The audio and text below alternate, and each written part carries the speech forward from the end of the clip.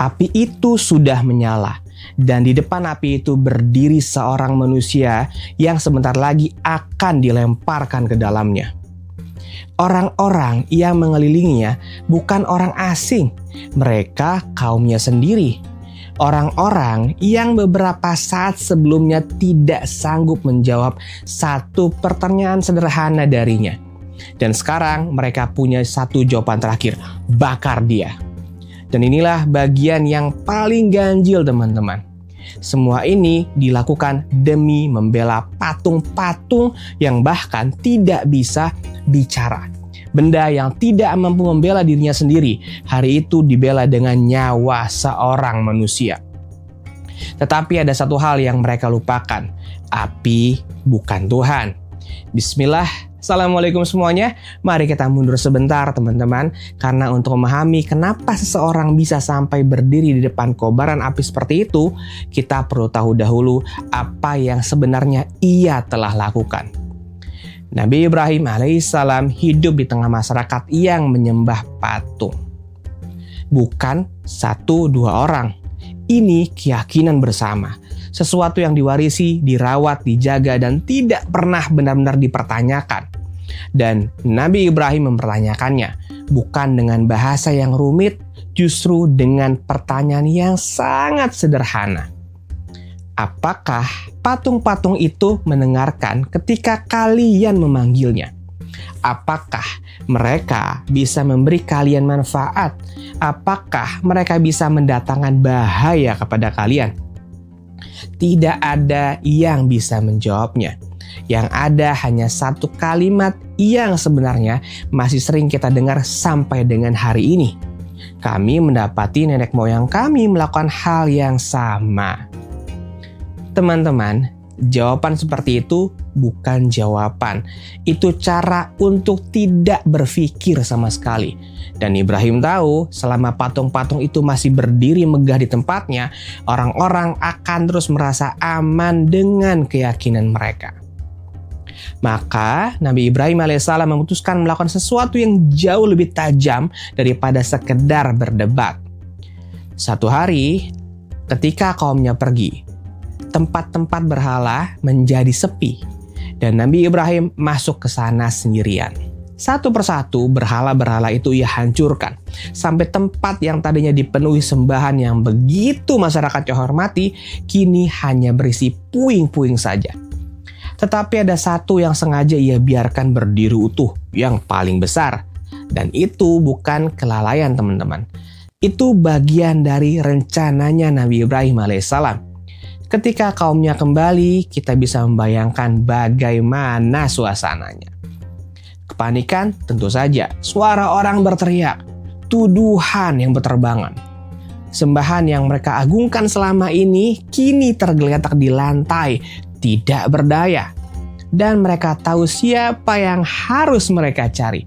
Hanya ada satu orang yang di kota itu selama ini terang-terangan mempertanyakan berhala-berhala mereka. Nabi Ibrahim alaihissalam pun dibawa di hadapan banyak orang.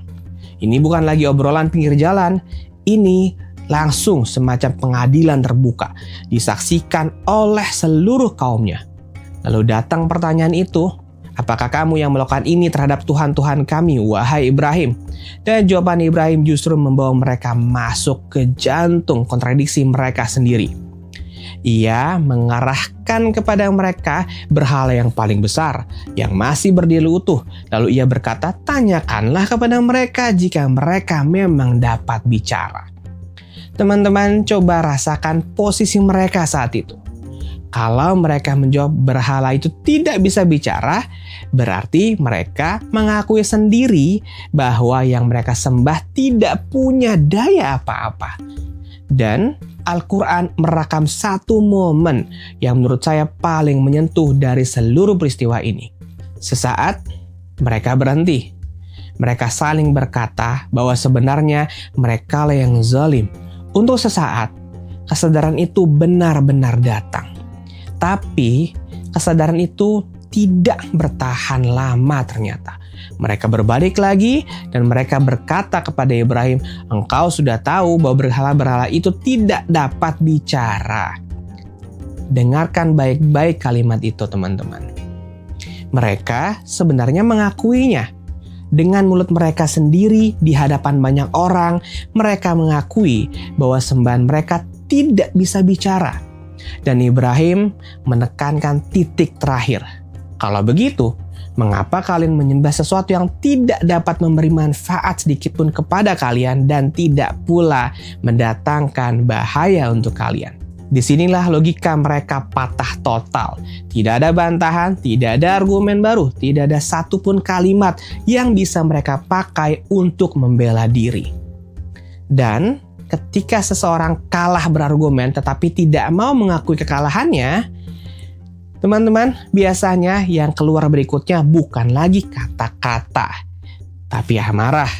Suasana berubah dari perdebatan menjadi keputusan hukuman. Bakarlah dia dan belalah Tuhan-Tuhan kalian jika kalian benar-benar hendak bertindak. Kalimat itu diucapkan dengan penuh keyakinan, seolah-olah mereka sedang melakukan sesuatu yang mulia. Padahal yang sedang mereka bela adalah sesuatu yang barusan mereka akui sendiri tidak bisa bicara. Mereka lalu menyiapkan tempat pembakaran. Api dinyalakan dan Ibrahim dilemparkan ke dalam kobaran itu. Sekarang, mari kita berhenti sejenak di titik ini teman-teman. Karena inilah bagian yang paling sering kita lewati ketika mendengar kisah ini. Nabi Ibrahim alaihissalam tidak punya pasukan, tidak ada yang berdiri di sisinya, tidak ada jalan keluar yang terlihat oleh mata memandang. Ia sudah menyampaikan kebenaran, ia sudah menghadapi mereka, ia sudah menanggung risikonya, dan sekarang tidak ada satupun bagian dari hasil akhir ini yang berada dalam genggamannya.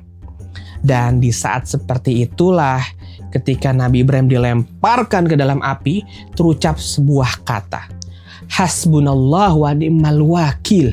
Cukuplah Allah bagi kami dan Dia sebaik-baik pelindung. Nabi Ibrahim tidak sedang membaca mantra supaya api tidak membakarnya.